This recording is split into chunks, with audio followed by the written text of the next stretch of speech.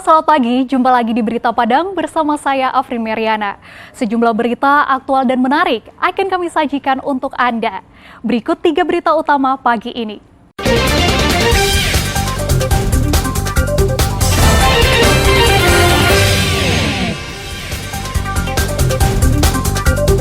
Polisi kerahkan anjing pelacak untuk ungkap kasus pembunuhan gadis penjual gorengan.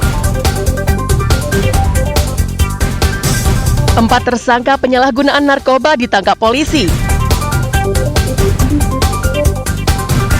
Warga di 2 nagari di Kabupaten Solo resah karena adanya penampakan beruang.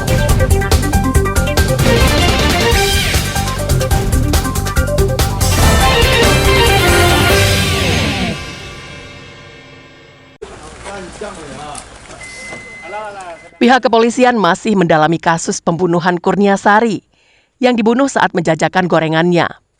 Kali ini, polisi mengerahkan anjing pelacak dari unit K9 Polda Sumbar ke lokasi kejadian di Nagari Gugua, Padang Pariaman. Anjing pelacak menyusuri areal sekitar lokasi yang merupakan kawasan kebun dan semak ilalang hingga ke aliran anak sungai. Upaya pencarian barang bukti dengan menggunakan anjing pelacak ini membuahkan hasil. Namun polisi berhasil menemukan pakaian korban tidak jauh dari lokasi korban ditemukan. Pakaian dipastikan milik korban karena anjing pelacak mengarahkan temuannya itu ke bekas kuburan tempat jenazah pertama kali ditemukan. Jasad korban dikuburkan pelaku di lahan perkebunan itu. Selain baju korban, tim K9 juga melacak kemungkinan barang bukti lainnya di sekitar lokasi ditemukannya korban. Hari ini untuk bisa mencari barang bukti yang dipakai oleh korban yang saat ini belum ditemukan. Ya, semoga aja nanti bisa mendapatkan hasil yang sesuai dengan apa yang dipakai oleh korban. Selama pencarian ada temuan atau gimana, Pak? Tadi udah ada beberapa jenis pakaian yang kita nanti konfirmasi ke pihak keluarga.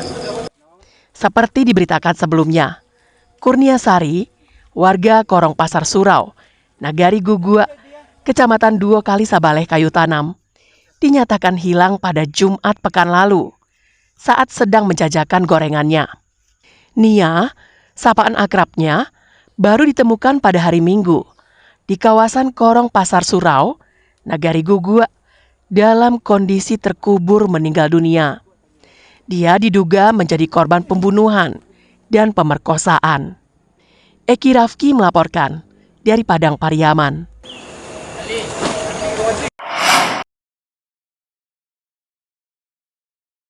Seperti inilah kondisi perahu nelayan di kawasan Purus, Kecamatan Padang Barat, pada Rabu siang. Cuaca yang tidak menentu selama beberapa minggu terakhir menyebabkan para nelayan hanya memarkirkan perahunya di tepi pantai. Namun sejumlah nelayan ada yang tetap melaut, mencari ikan agar roda ekonomi rumah tangga tetap berputar. Biasanya mereka mencari ikan tidak sampai ke tengah laut. Hal ini untuk mengantisipasi adanya gelombang besar. Menurut para nelayan, sebagian rekan mereka nekat mencari ikan karena tidak memiliki pekerjaan lain selain menjadi nelayan. Sedangkan kebutuhan ekonomi keluarga setiap hari harus terpenuhi. Bagi mereka yang tidak melaut, mereka mencari kerja sampingan, seperti menjadi kuli bangunan. Setelah cuaca membaik, biasanya mereka kembali menjadi nelayan. Para nelayan berharap kondisi cuaca kembali normal. Kalau bisa ditempuh deh. Ditempuh juga, Pak, ya? Ya, kalau tidak bisa, gelombang kadang ya tidak bisa. Kadang gelombang kadang kan. Kadang-kadang sudah hujan air, kadang dingin. Iya. Ikan tuh dikatakan tidak Kurang, Pak? banyak benar. Kalau nambah satu, air dingin, madu laut kan. Yang melaut juga, enggak. Kenapa, Bang? Kan cuacanya, kalau kita melaut itu cuacanya jatuh. Badai di angin barat, selatan. Kalau barat kita susah melautnya, gelombangnya besar. Selatan pun juga gitu. Ya lumayan lah, dibilang standar ya standar. Ini kan melautnya kan dipaksa. Para nelayan berharap kondisi cuaca kembali normal, sehingga mereka bisa melakukan aktivitas seperti biasa dan tidak khawatir adanya gelombang besar yang dapat membahayakan saat mencari ikan di tengah laut. Robiha melaporkan dari Padang.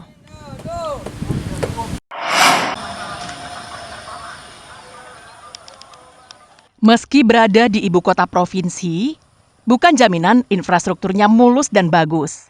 Sebuah ruas jalan di Durian Tarung, Kelurahan Koronggadang, pinggiran kota Padang, rusak dan terbengkalai sejak 4 tahun lalu. Jalan ini menghubungkan perumahan Belimbing menuju daerah Koronggadang, hingga tembus menuju jalan bypass di Balai Baru. Menurut warga setempat, jalan ini selalu ramai dilewati oleh kendaraan, terutama sepeda motor. Namun karena tidak pernah mendapatkan perawatan dan perhatian dari pemerintah kota Padang, jalannya menjadi rusak. Bahkan aspalnya pun terkelupas. Di beberapa titik, jalan berlubang serta berkerikil. Jika ditotal, jalan yang rusak itu panjangnya lebih kurang 500 meter. Namun tidak berada di satu titik, tapi tersebar di banyak tempat. Warga setempat berharap pemerintah memperhatikannya dengan memperbaiki jalan itu. Daerah pelintasan, terutama sekali jalan pintas dari Belimbing menuju pusat kota. Miris sekali daerah saya ini belum terjamah lagi dalam hal perbaikan jalan yang baru. Kalau melihat tuh mungkin ada Pak, seperti Pak Lurah kami adalah lewat ke sini setiap harinya. Kalau jalan ini adalah sebenarnya jalan strategis yang menghubungkan antara Balimbiang, komplek Balimbiang, Kuranji dengan dengan Koronggadang. Ini sudah bertahun-tahun, kalau saya tidak salah mungkin sudah 4 tahun terakhir belum pernah jalan ini diperbaiki. Nah, di lubang-lubang begini ini banyak. Ada yang sudah ada air segala macam kan, dan ini membahayakan. Pak Wali Kota, Pak Ketua DPRD atau kepada PU, mohon kiranya segeralah jalan ini diperbaiki. Di saat hujan, ruas jalan berlubang ini juga sering menyebabkan pengendara sepeda motor terjatuh akibat jalan digenangi air, sehingga pengendara tak bisa membedakan mana jalan yang berlubang. Robiha melaporkan dari Padang.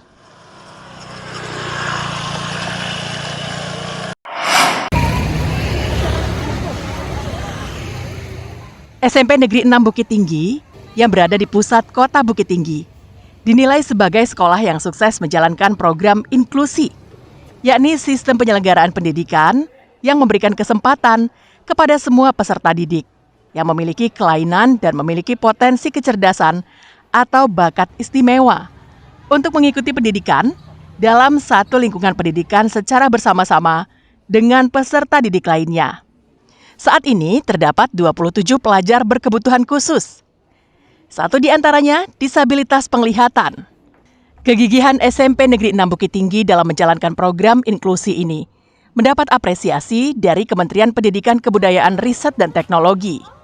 Kedatangan rombongan untuk memproduksi video program Sobat SMP Goes to School dan mempublikasikan ke media sosial milik Kemendikbudristek. SMP Goes to School mendukung program prioritas dari Kemendikbudristek gitu. Yang harapannya adalah cerita-cerita inspiratif yang akan kita angkat menjadi sebuah video ini dapat menginspirasi sekolah-sekolah lainnya di seluruh Indonesia, khususnya untuk penyelenggaraan pendidikan inklusif. Demikian. SMP Negeri 6 Bukit Tinggi merupakan sekolah pertama di Sumatera Barat yang dipublikasikan Kemendikbudristek. Sekolah ini mendidik pelajar yang beragam tanpa diskriminasi. Program inklusif berjalan, meski fisik bangunan sekolah tidak terlalu besar. Dari sekian banyak situasi yang ada itu, yang tercapture dengan menarik adalah pelayanan pendidikan anak-anak yang beragam di sekolah tersebut. Kebetulan juga Kementerian sekarang sedang menggalakkan pendidikan inklusif di semua satuan pendidikan, di semua jenjang, dan ini harapannya nanti bisa menjadi inspirasi yang menarik bagaimana sekolah itu bisa melayani peserta didik dengan kebutuhan yang beragam tanpa diskriminasi. Kepala sekolah menambahkan, sekolah ini telah menjalankan program sekolah inklusi selama 2 tahun. Ruangannya tidak jauh dari jangkauan kami. Yang pertama bisa dilihat oleh buru piket, kemudian satpam, orang tua mengantarkan jalur antar jemputnya tidak susah gitu teman-teman. Juga untuk WC-nya masalahnya. Kendalanya adalah kita kan sudah kurikulum merdeka. Jadi untuk brailernya sarana prasarananya belum ada, bukunya belum ada. Tapi alhamdulillahnya Bunga ada tuh alat brailernya, jadi dibawanya. Program Sobat Goes to School akan dipublikasikan di media sosial untuk menjadi contoh dan motivasi bagi sekolah lain agar mendukung dunia pendidikan tanpa membeda-bedakan status maupun kondisi fisik peserta didik. Dina Amrina melaporkan dari Bukit Tinggi.